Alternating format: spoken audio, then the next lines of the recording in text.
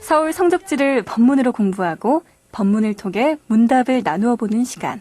서울기원 법문이야기. 소태산 서울 경성을 품다의 저자이신 나주교당 방길튼 교무님 나와주셨습니다. 교무님 반갑습니다. 네, 반갑습니다. 네, 지난주 이야기, 뒷이야기를 이어서 듣고 싶어서 일주일 동안 혼났습니다. 네. 굉장히 궁금해서요. 네. 우선 오늘 이제 소태산 대종사님께서 첫 상병을 했을 때 이야기를 하다가 끊겼던 것 같은데 네. 그 당시 이야기를 좀 해주세요. 네, 이제 중요한 건 소태산 대종사께서 그 당대 서울인 경성에 첫 발을 띄었다는 겁니다. 네. 그렇죠. 뭐든지 첫 발이 중요하지 않습니까? 그렇죠. 시작이 반이잖아요. 예, 예. 딱 발을 띄었어요. 네. 근데 한번 상상을 한번 해보게요, 저희가. 뭐 이거 상상입니다. 옛날 열차가 박물관 가면 칙칙폭폭하는 그 증기기관 차지 않습니까? 네. 그걸 익산 그때 당대 이제 이리역이죠. 이리역. 이리역이었어요. 근데 그때 당대도 이리역이 지금 큰 게 아니라고 그 정거장 수준의 그 이리역이었어요. 네. 정거장. 거기를 타고 오니까 지금 현재 남대문 정거장, 이게 정거장 수준의 역이에요. 옛날엔 정거장이라서 작았어요. 다들. 그렇군요. 시골에 가보면 요즘도 가보면 이렇게 조그마한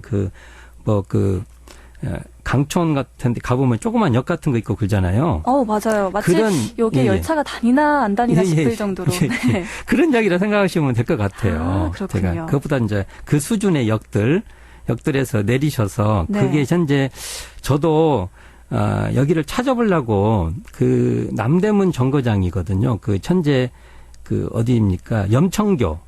네. 그 수제거리 있지 않습니까? 그 수제화 거리 그 신발 손으로 만드는 네네. 그 수제 쫙 파는 곳이 파는 데 네. 있어요. 거기 보면은 염천교라는 다리가 있어요. 그 다리 이름이 영천교군요. 염천교인데요. 네. 그 염천교에서 그 경성역 쪽으로 보면은 넓은 공지들이 있어요. 그 기차 길이 많이 있는 아마 그 정도 일대에 남대문 정거장이 있었다고 봐요. 추측을 하는 거군요. 아마 그 바운다리 안에 있었어요. 그 범주 안에. 네. 그러면 거기서 그 일대에서 소태산 대종사께서 처음에 첫 발을 탁 띄는 거예요. 아주 의미 있는 곳이네요. 그렇죠. 우리가 네. 이게 그 달 표면도 첫 발을 띄면은 역사죠, 역사. 역사잖아요. 네. 근데 첫 발을 띄었단 말이에요. 그것도 한강 다리를 칙칙폭폭 치고 넘어오시는 겁니다. 그럼 소태산 대종사는 그 한강을 보시면서 저는 서울 올 때마다 한강을 봐요. 네. 그리고 제가 한번 상상을 해봐요. 소태산 대종사께서는 이 한강을 다리를 넘으면서 이 한강을 보면서 무슨 생각을 하셨을까? 참 많은 생각을 하셨을 것 같은데. 소설가들이 이런 생각을 하면 얼마나 나중에 다양한 그 상상을 할 수 있을까? 네. 그건 상상의 공간으로 남겨 있는 게 너무 좋은 것 같아요.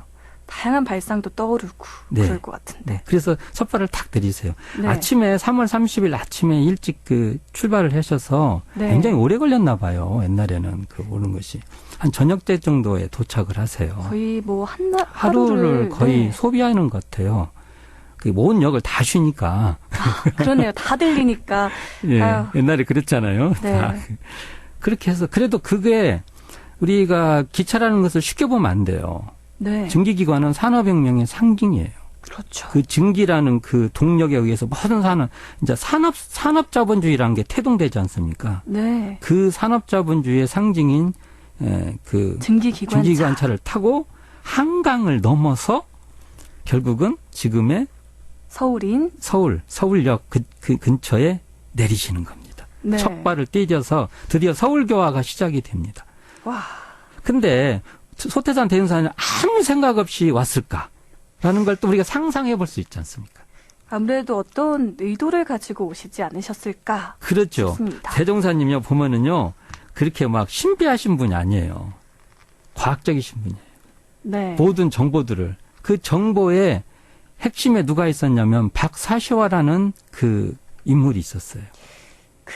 이제 경성의 첫 제자가 되시는 분인가요? 그렇죠. 네. 이분이 최도화님하고 전주 근처에서 만나갖고 최도화님이 막 요즘 말로 하면 썰을 풀으세요. 생불님이 계신다고 썰을 막 푸니까 나도 한번 뵙자. 이제 여러 과정이 있지만 그러면서나 별 얘기를 다 하셨을 거예요. 거기는 내가 아는 사람이 누가 있고 그 라인에 아마 이동진과 이공주 기타 주변에 있는 그 사람들이 있었을 거예요. 지금 이제 원불교의 거의 여성 선진님들이네요. 그렇죠. 선진님들이죠. 네. 그러니까 소태산 대종사님께 또 최도환님께서 막 자랑을 했을 거예요. 어디 뭐 누구도 있다. 그러니까 대종사님께서 가만히 생각해 보셨을 거예요. 아마 여러 가지로 살펴보시고. 근데 최도환님께서 그 젊은 시절에 한강변에서 그 스님 생활을 좀 해봤어요. 네. 스님이라고 정식 스님까지는 않고 그 절에서 이렇게 생활하셨던 것 같아요. 그러니까 서울을 아주 모르는 것도 아니에요. 그러니까 대종사님께서 요즘 말하면 가지야 갔더니 가지야 딱 하신 거예요. 하셨군요. 가자. 네. 이제 한번 이거 판도를 한번 계산이 되신 거예요. 그 사람들 만나겠다. 저는 그렇게 봐요. 그래가지고 딱 내려갔고 저는 이제 이게 저한테 고민이에요. 참 내가 서울 가면 많이 거기를 가봐요. 지금 너무 좋은 것이 나중에 또 한번 전체적으로 말씀할 될 것이 있겠지만 네. 거기에 그게 뭐 서울로 7017이 생겼어요. 네네. 전에는 제가요 거기 가면 너무 힘들었어요. 막 이리로 가고 저리로 가고 교통도 불편하고 길 하나 건너기도 너무 힘든 곳이에요. 거기 서울역 근처가. 근데 지금은 서울로 7017이 딱 생겨서요. 거기 올라가면 다 볼 수 있어요.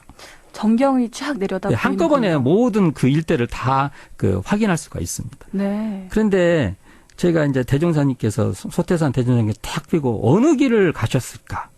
처음에 태평여관이라는 것에 머물게 된 이제 하루를 묵게 돼요. 저녁이니까. 첫 상경한 날 처음으로 묵는 곳이 이 태평여관이 되는 거네요. 태평여관인데 네. 도대체 태평여관이 어디 있는지를 알 수가 없어요. 저희가.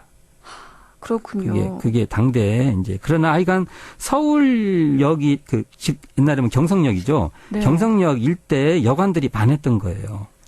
네. 여관들이. 샤르륵 있었겠죠 아마. 예, 많이 있는데 제가 이제 이것도 찾아보려고 참 애를 많이 썼는데 이게 추측할 수밖에 없어요. 추측. 근데 과연 그러면 그 서울에 보면은 길이 지금의 길인 그 세종대로하고 세종대로 5길 1, 2, 3, 4, 5 할 때 5길. 네. 5길이 있어요. 저는 이 중에서 세종대와 5길을 따라서 소태산 대종사께서 서울에서 첫 발을 걸어 올라가셨다고 저는 주장을 합니다. 그렇군요. 지금은 남아있지 않는 이 태평여관. 그럼에도 이 지역을 기억해야 할 만한 원불교의 역사적 가치가 있을까요? 소태산 대종사의 첫 발이기 때문에. 첫 상격의 묵었던 곳이기 때문에. 묵었고. 네. 이것만으로도 충분합니다. 네. 그 길을 저는 세종대로 5길. 옛날에 그게 현재 그 우리 빌딩도 있고 그래요. 여기 보면. 네. 그리고 거기서 보면 남대문이 환히 보여요. 이렇게 길을 가다 보면은 남대문이 보이기 시작해요. 거기서 가다 보면 나중에 남지터라는 표지석이 나와요. 네.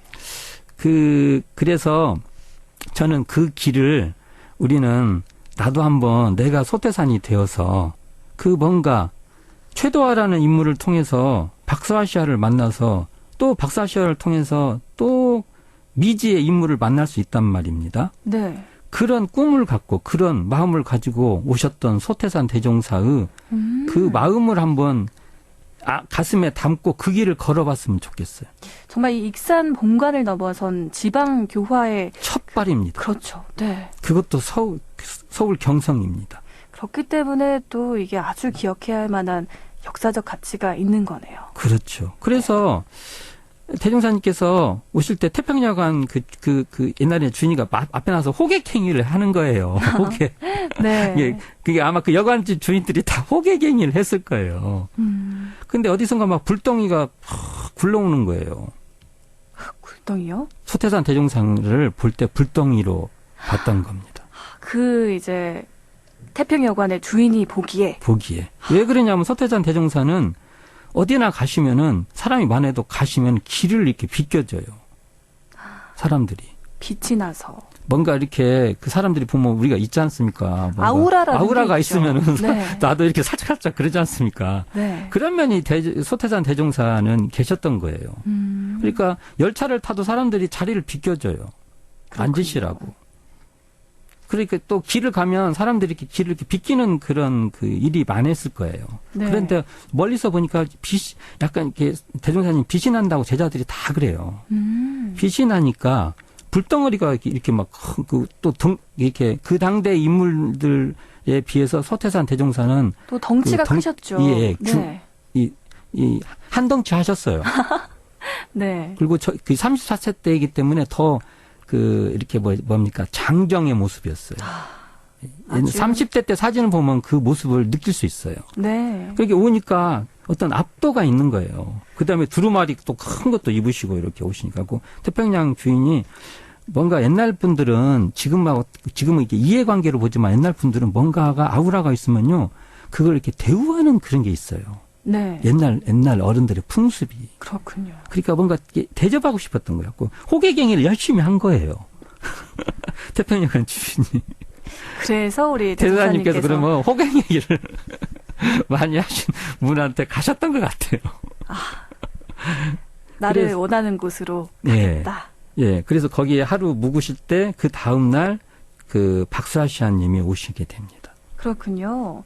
그러니까 최도화 씨님에게 이야기를 들은 우리 박사시화. 58세 때요, 그때가. 네. 최도화는 40세 때고요. 또 이렇게 이야기를 듣고 찾아왔군요. 예, 예. 그거 참 말 듣고 찾아오는 것도 쉬운 일 아니지 않습니까? 그러니까요. 가르침을 청하로 직접 또 여성으로서 찾아온다는 게 예. 오. 연세가 계신 분들인데 네. 58세시면 옛날에 이렇게 적은 나이 아니시죠? 네.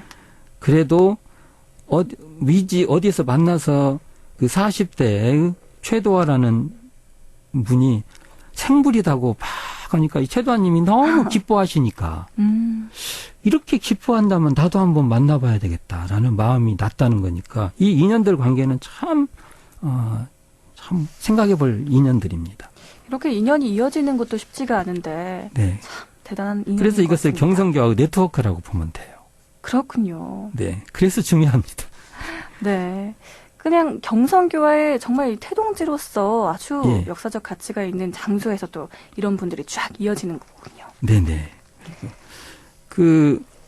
하여간 나중에 이제 경성역은 소태산 대종사가 경성교화를 위해서 수시로 내왕하는 그런 곳이 되죠. 네. 그래서 저는 지금 세종대로 오길이 뭐 옛날 길이잖아요. 옛날에 이게 좁은. 옛날에는 거기 전차가 다녔어요. 옛날에는. 근데 네. 지금으로 보면 길이 작아요. 폭이 좁게 느껴져요. 지금 가보면. 네. 그리고 꼭 그 큰 길에 뒷길 같은 느낌이 들어요. 그러나 옛날에는 큰 길이었습니다. 그 길도. 그렇군요. 큰 길이니까 그 길을 우리가 서울의 서울 교도님들은 염천교 아래에 있는 부분부터 거기서 소태산 대님께서 열차에서 내려서 그 길을 따라서 이렇게 올라간다는 가정하에 걸으면서 네. 태평여관이 어딘지는 정확하진 않지만 제가 이제 가정지라고 해서 가정을 하는 거예요. 가정이라고 해서 옛날 태평 우체국 자리가 있었어요. 대충 그 자리를 가정하는 곳이라고 그냥 삼아놨어요. 그냥. 사실이 아니에요. 네. 교무님께서는 이 집필을 위한 차원도 있고 뭐 여러 이유로 이 대종사님의 발자취를 따라 걷기도 하고 그 지역을 꼭 가보셨을 것 같은데 그곳에 가셔서 어떤 새로운 감상 같은 게 있었던 적이 있었나요? 감상이 많죠. 네. 가보면은 대종사님 저희들도 뭔가 새로운 것을 시작할 때 참 두려움도 있고 계획을 해놓고도 막연할 때도 있고 그래요. 네. 대종사님도 마찬가지 아닙니까? 대종사님 뭔 재산이 있는 분도 아니시고요. 그때 유일하게 그래도 돈을 쓸 수 있는 분이 서종환님이었어요. 네. 그래서 서종환님을 대동하고 와요. 그 불법 연구회 회장님이 회장님. 대동하고. 예. 네. 이제 어느 시기에 되면 돈을 쓸 때 이것 좀 쓰시오. 하시려고 서종환님을 대동하고 옵니다. 그렇군요. 뭐가 계신 분이 아니에요. 그런데도 계획과 꿈과 어떤 걸 위해서 그 길을 걸으셨단 말입니다. 미지의 길을. 네. 그 미지의 길을 나는 걸을 수 있을까? 그런 감상이 감상이 드셨군요. 딱 가면은 나는 내가 만일 뭔 일을 하게 됐을 때 나는 그 미지의 길을 소태산 대종사님 같이 이렇게 당당하고 여유 있고 또 계획이 있고 네. 그것을 차근차근 추진해 갈 수 있는 그 힘이 나한테 있나라는 걸 그 길에서 꼭 생각해 보게 됩니다. 네, 그렇습니다. 자, 벌써 오늘도 시간이 다 됐습니다. 네. 정말 우리 교무님 이야기를 듣다 보면 시간이 가는 줄 모르겠어요. 우리 대종사님께서 이렇게 꿈을 안고 오신 곳이죠. 서울, 경성, 기원 이야기 다음 주에 더 이어서 듣도록 하겠습니다. 교무님 고맙습니다. 네, 감사합니다.